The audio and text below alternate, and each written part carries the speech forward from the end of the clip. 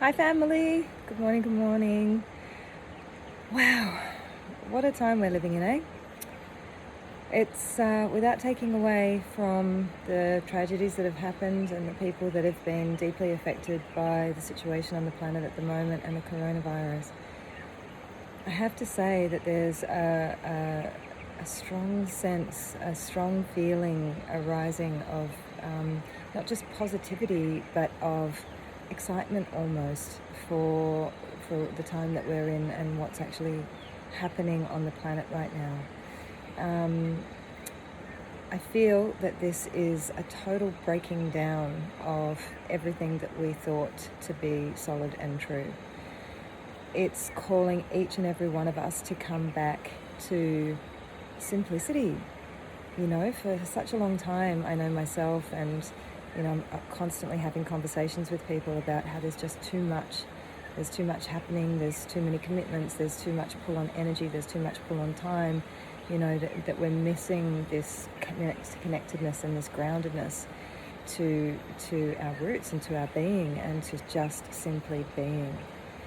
And it's like anything in the universe, anything on a personal level or a collective level, it's like the feather brick of the Mack truck. The universe comes along and it tickles you first of all with a feather. It gives you an opportunity to get it, and if you don't get it, then along comes the brick. It gives you a smack in the face, knocks you out for a while. Hopefully you'll get it, and then if you don't get it, along comes the Mack truck. And I feel like that's what we're getting at the moment. It's the Mack truck. So the Mack truck, yeah, it takes us out, but hopefully it's going to be the catalyst for true and lasting change on this planet that we all are so desiring, that we're so needing, that we're so wanting. So it feels to me like, as much as there is devastation and we need to honour all that is happening and take precautions and be extremely aware of what we're doing, it's also an opportunity to come back to ourselves. And I had a post sent to me from a beautiful friend yesterday that said that the province in China that was isolated, for the first time in living memory, they saw blue sky because everything stopped. So the pollution died down, nature came back. And same in Italy. Apparently they're singing to each other across the square.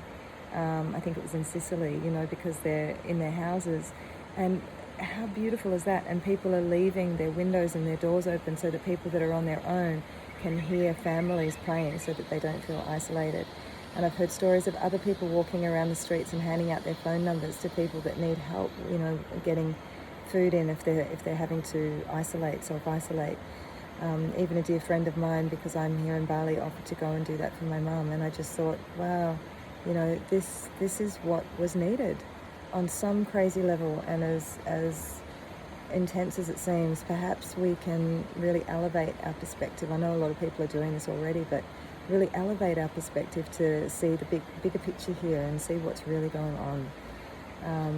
And we have such a potent opportunity now. We have such a golden opportunity to regroup and reunite and gather and dream in the world that we know is possible. And the one thing I would say, and it's funny because yesterday I said to my friend Chrissy, I said, gosh, with the self-isolation thing, I just hope that the Australian government doesn't do this shame and blame thing. If there's people that are meant to be self-isolating but they're seen out in the shop or something like that, because I know that this is what we do. And yeah, perhaps it works, but it's really a pretty horrible guilt tactic to use shaming and blaming as a way of controlling people, rather than trusting that people are going to do the right thing.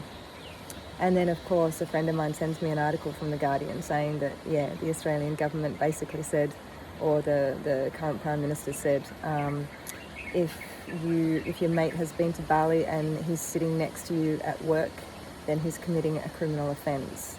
So basically you need to report him to the authorities. And I was like, do we have to go down that track? Okay, so they've said this, they've done this, but my appeal to our hearts, as one family, is that we don't go into this shame and blame, into this judgment over people that are choosing to, like for me, I'm here in Bali. I made a choice to come here. It's a pretty epic place to be self-isolating, but we're conscious and we're aware and we're doing things.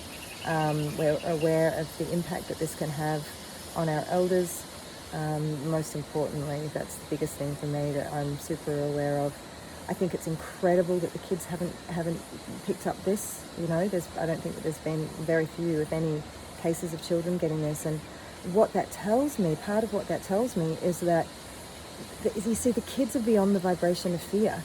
They're above it. They don't hook into the drama in the way that we do and perpetuate the intensity of everything by continuing to, constantly talk about what's going on and like get into all of the gnarly facts about it and constantly discussing it and hooking into the collective fear and, ramping that up. And we get what we focus our attention upon, don't we? So if we're doing that and we're focusing on that, and there's like 7 billion people or more across the planet that are all focused on one thing, then of course, what do you think is going to happen? But the children they're above it. They rise above it. They're not hooked into that paradigm of fear.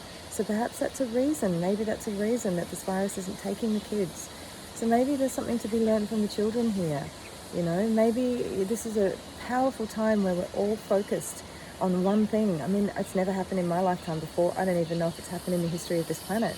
I actually feel like this is the time that we've all been waiting for. This is the great cataclysm. This is the one that was prophesized. They said that the prophets said that there wouldn't be a World War III, that World War III would be biological. So this is like the great unifier. There's no one to blame. It doesn't have any discrimination of race, color, or creed. But we have an opportunity. So if we're going to get single focused about the devastation that's being created, why don't we try getting single focused on the opposite? Why don't we get single focused on the vibration of love, which is the opposite to the vibration of fear? Can you imagine if we just all stopped? If we all stopped, I would love to see this, to have a global time on the planet where everybody stopped and we simply practice heart coherence, which is easy, and you can do this anytime yourself. I know for me, I'm doing it often during the day now. And it's as simple as placing your hand onto your heart, closing your eyes, breathing in for 5 counts deeply and slowly. You can do this with me. And breathing out for 5 counts deeply and slowly. Feel yourself begin to become really present in the moment and your energy begin to shift. Feel where your hand meets your heart. Breathe in for 5 slowly. Feel the energy of your hand on your heart. Feel the warmth and the healing. Breathe out for 5 slowly. This time, as you breathe in, imagine something that you feel really grateful for in your life. That person, a place, or a thing. Breathe in. Feel that gratitude swell in your heart. Feel it expand in your being. And out. Now on this next breath, thinking of somebody that you love. Someone in your life that you love and appreciate. Breathe in. Breathe that love into your heart. And breathe out.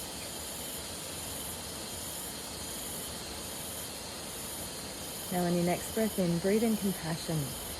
Feel compassion for all of the people that are being affected by this virus at the moment.